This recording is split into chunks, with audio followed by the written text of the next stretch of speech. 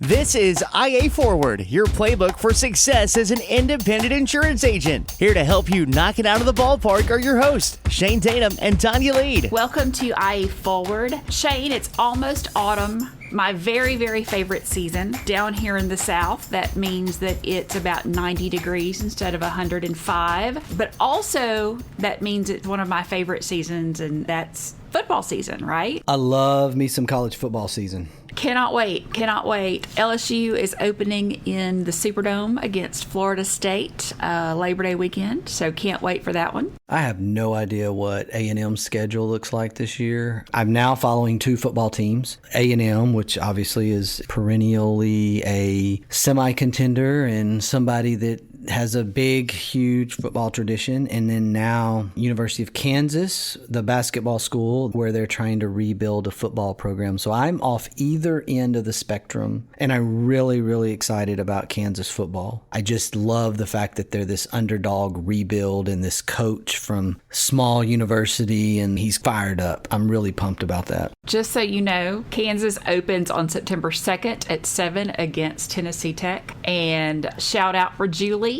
that Texas A&M opens against Sam Houston on September 3rd at 11 a.m. Well, of course they do. Fall is such a great time to promote our agencies. Yes, it is. Number one, it's my favorite time of year. So let's just get that out there. So I'm going to be completely biased about this time of year. But number two, we are coming up on the anniversary of a newly created position in our organization called community relations. And we could have called it a marketing rep. We could have called it marketing. We could have called it other things. But community relations was more of a fit to follow the practice of what we wanted it to look like. And the individual that we hired there has just been really dynamic. She's involved in all kinds of things, and it was just her world. It was a perfect fit for her personality, what she did naturally, and taking that and moving that natural thing into her work life. To think that we're only 10 months in, October of last year was the first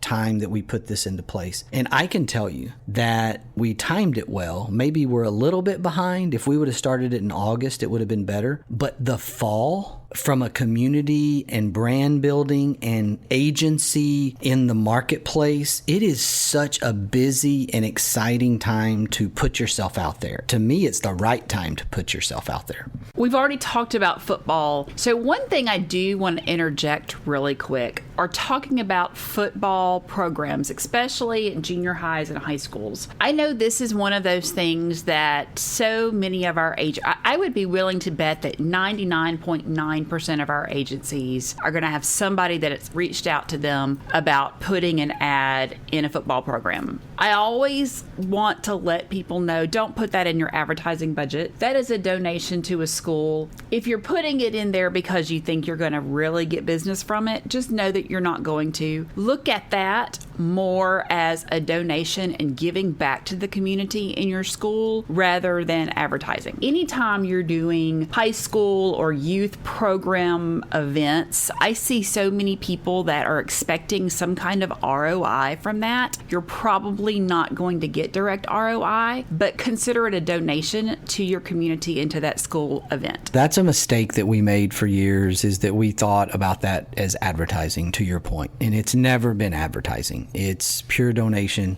The only people that are going to look at that are obviously the people that are thumbing through the program, that are there for the games, looking for their son or daughter in cheer band, football. There's donation value and community value to doing it, but it's not advertising. What we've done, we've been involved in the coming back to school with the teachers, the convocation program. That's been a big winner for us. Still don't necessarily consider that advertising, but it's back to this community relations, building that brand, building that relationship through either the school district or the various events. Right here in East Texas, we have the Texas Forest Festival every fall. It's a huge, huge event. We're doing some sponsorships there. There's things that are constantly popping up in the fall that you almost have to kind of pick a little bit. You can't do them all or you're going to blow your budget up. but you need to find your place. What are you passionate about? What are your kids involved in? Or what are the kids of the staff members that work with you involved in? Where can you go and already have a little bit of recognition that you can now expand that recognition of who you are in the community? And by putting yourself out there, you're just going to be louder in the marketplace, and that's going to eventually bring you back opportunities. I always like to talk about event sponsorships. So many times I will see people spend $600, $1,200, $1,500 on a sponsorship that's a table at an event. Well, first of all, if you're going to get a table at an event, make sure your table is full. Number one rule. Fill it up. To me, it's always such a tragedy when I'm at an event and I see these empty tables at sold out events with a specific business's name on them and there's no one sitting there. So if you're going to have a tableship sponsor, make sure you can fill the table. Do that ahead of time. But instead of doing a table sponsor, see what you're getting for that sponsorship. See if that for that $600 or $1,200 or $1,500, instead of getting tickets that you may or may not really want to go to the event, start looking at what is the visual on those sponsorship dollars. Going back to Shane talking about the Forest Festival, I think that we're sponsoring, I think it's the cheer competition. That's correct. The cheer and dance. We got both. We chose a sponsorship that has a great visual opportunity. We chose a sponsorship that covers a significant geographical area, as opposed to maybe a sponsorship that was very, very specific in one place with signage that was included with a whole bunch of other people. If you're looking at sponsorship dollars and you've got shared signage with 22 other businesses, you're not going to be as visual as investing some extra money for something that you get to own. You know, I love event sponsorships, which has been kind of this thing that we've moved into. I don't want people to think I'm bashing print or radio or TV. There's still big mediums. There's still areas where you can get a return and all of that. We've just never been that type of organization. We've done print a little bit. We've never done radio, and we certainly never did TV. This was sort of us landing on this event sponsoring path, was sort of us finding our way, what fit us, what made the most sense to us. And I'll tell you, things like the cheer and dance competition at the Forest Festival, we now have our own here in our local market. We now have the naming rights we've had the naming rights for a couple of years for a pretty good size high school basketball tournament. We jumped off into a naming sponsor of a high school baseball tournament that's also really big in the spring. And really what's funny to me is just the other day, I guess this cheer and dance sponsorship gets promoted on social media. I started receiving text from people like, wow, love to see y'all's support in the community. Thank you for this. Thank you for sponsoring the cheer and dance competition. I'm getting text from people I know. I was a little bit surprised. What hit me was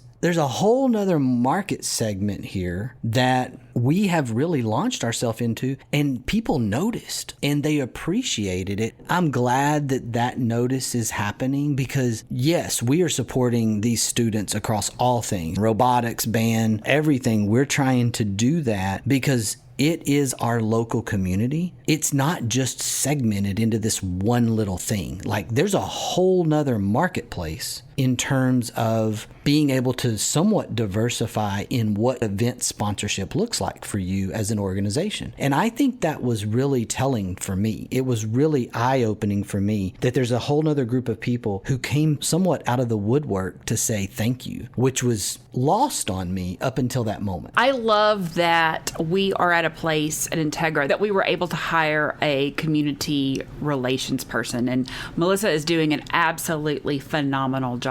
But there are a lot of people that are listening to us that they're going to have to be their own community relations person. Integra is a mid-sized, large organization now to be able to afford a full-time person in that position.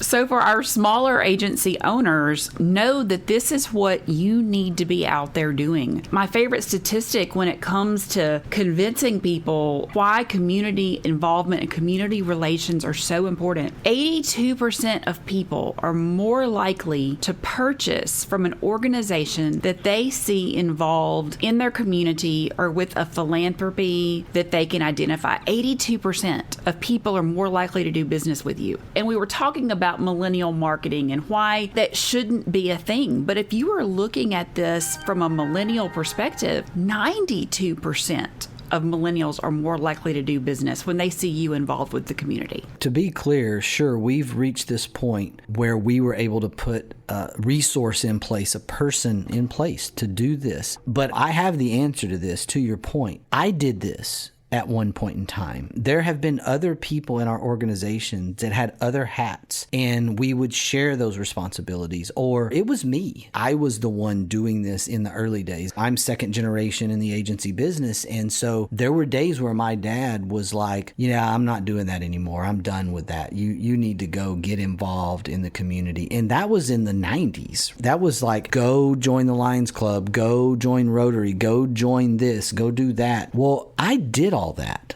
in the beginning. Now, I didn't recognize that at some point I was going to burn out. I was going to have a different stage of life happen to me with kids, and I was going to need to shift some of that event time around to different things and find some new people in different areas that my kids were involved in. And I kept doing it, but I might have shifted away from chamber events or shifted away from other types of events that I once was in. And I think in hindsight, I could have put this resource in place 15 years ago to take up the slack that I was leaving behind when I was shifting into my kids' stuff. It would have paid us huge dividends to do that. Now, in 1995, we couldn't afford it. But in 2010, after 15 years of it, personally, I probably could have made that work financially if I would have had this intelligence at that time. If I would have known better, I could have probably put that in place a long time ago, and we would be that much further ahead. So it's not that we're saying you need to go hire a community relations person. It just is that you may need to do this for a while, but have this end goal in mind that you want to replace yourself at some point. So when I talk about calls marketing, a lot of times people say, oh, that's really not a thing where I am. We don't have those kinds of events. So I just, for fun, just Googled calls marketing. You know, there were 1,130,000,000 results that came back on Google about calls marketing. Trust me, there are events in your area, even if you're in rural areas, where you can be. I think sometimes the easiest way to find them is hop on Facebook, go to the events section, and put your area this month, and you would be so surprised how many events are going to pop up. Or put in, you know, your area and the dates of the next 3 months. I did that yesterday for Pensacola, Florida, and I think like 22 events popped up that are things that I would love to be involved with, like absolutely love to be involved with, that just popped up just by doing that little Facebook event search. There's the local thing that you're probably already in that you're not even paying attention to as well. Look at the ministries in your church. Look at things that are going on that are connected to your kids' school district. Sometimes those things are merged and blurred together, like backpack buddies or food pantry. There's all kinds of things like that that are out there that are incredible calls related things. And we think it's things that we just need to spend money on. And most of the time, it's actually your time to some degree. It's your involvement that is going to be required first for there to be some authentic things there. A lot of times they don't need your money. A lot of times they need your support in some other ways. That's something to have in this thought process as well. The flip side of this is the whole concept of calls marketing is a collaboration between a for-profit business and a not-for-profit organization. And if you're just starting out with your agency, if you're in the first 1, 2, 3 years,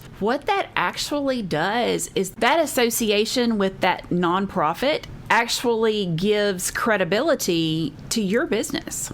it will, in that group of people in that nonprofit community, there's other folks that are involved in that are going to see you. My piece here, and I can't stress this enough, don't do it to do it. Do it because you have a passion behind that cause. If you don't have a passion behind that cause, move to the next option. You cannot fake it till you make it in the cause marketing millennial segment. You can't do it. Don't try to do it. You will get called out very quickly, and it's just not healthy. We say no to things that don't fit our culture, that don't fit who we are, that we don't have some level of passion with someone. That's one of the things with us. We have a community relations team now. Well, someone on that team has to have some level of passion for the event, or we don't do it unless that event is kind of considered a can't miss or a must be involved event. And then if it's a must be involved event, our community relations rep is there by default. But there's things like county fair. There's specific people on that community relations team that show animals, that have kids that are going to show animals, that they showed animals when they were young and they were kids in school, and they have a passion for youth fair, and they're going to be involved naturally. So they're naturally grabbing a hold of that and saying, I'll take the lead on this one. I'm passionate about this one. I'm going to be there anyway. So I got it. And then they're the point person. If we didn't have a point person for county fair, I'm not sure we would participate. Not because we don't believe in county fair or youth fair events. It's because we don't have the person to be authentically passionate about that. And so that is very important, I think, to take away from any kind of event marketing, cause marketing structure that you look at. Shane, how do I say no to my customers who call or email wanting me to sponsor their children's t-shirts or something that I don't see necessarily fits what is best for my business, or that I just don't have the budget for? In the smaller community and with the storefront option that we have, we use that as an advantage, number one, to kind of throw it back on them with this. And that is, we created a policy that said we're going to say yes to donations. We're not going to say yes to donations that something that we would just completely morally be against. No, we're not going to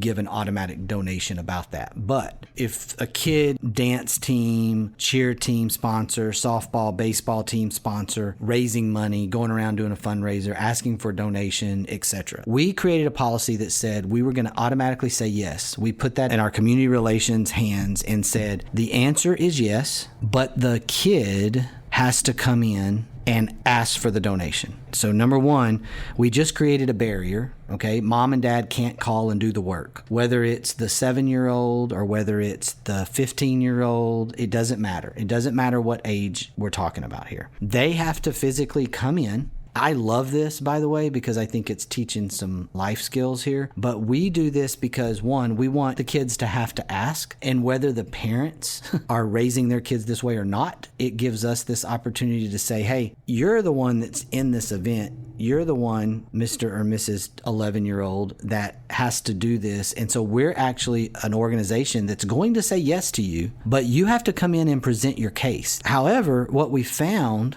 was that it eliminated all of the people that were really just looking for the easy way out. They just went away. Like, we didn't have to deal with that anymore. We have a per donation limit, and we give that amount of money to every kid that comes in and says, hey, I've got this going on. Would y'all donate to my cause? Yes. Thank you for coming in. Here's the check. That has worked really well. That being said, to your question, set a budget, and when you run out of money, say, I'm sorry, we're out of budget. Check with us again this time next year, or check with us again in 6 months. And use your budget as your buffer, because we had to do that 10 years ago, 15 years ago, where we set the budget limit and we said, we're going to spend this $300 a month on donations, giveaways, things like that. And when the $300 is up that month, we're out. If you're late that month asking, then you're just out, and we're out of budget money. And I found that people actually respected that. At least that was my experience. I also have one more tip. Don't ask for your name to be on the t-shirt. It doesn't matter. It's irrelevant. It's like the ad for the football program. Nobody cares. Nobody's looking for it.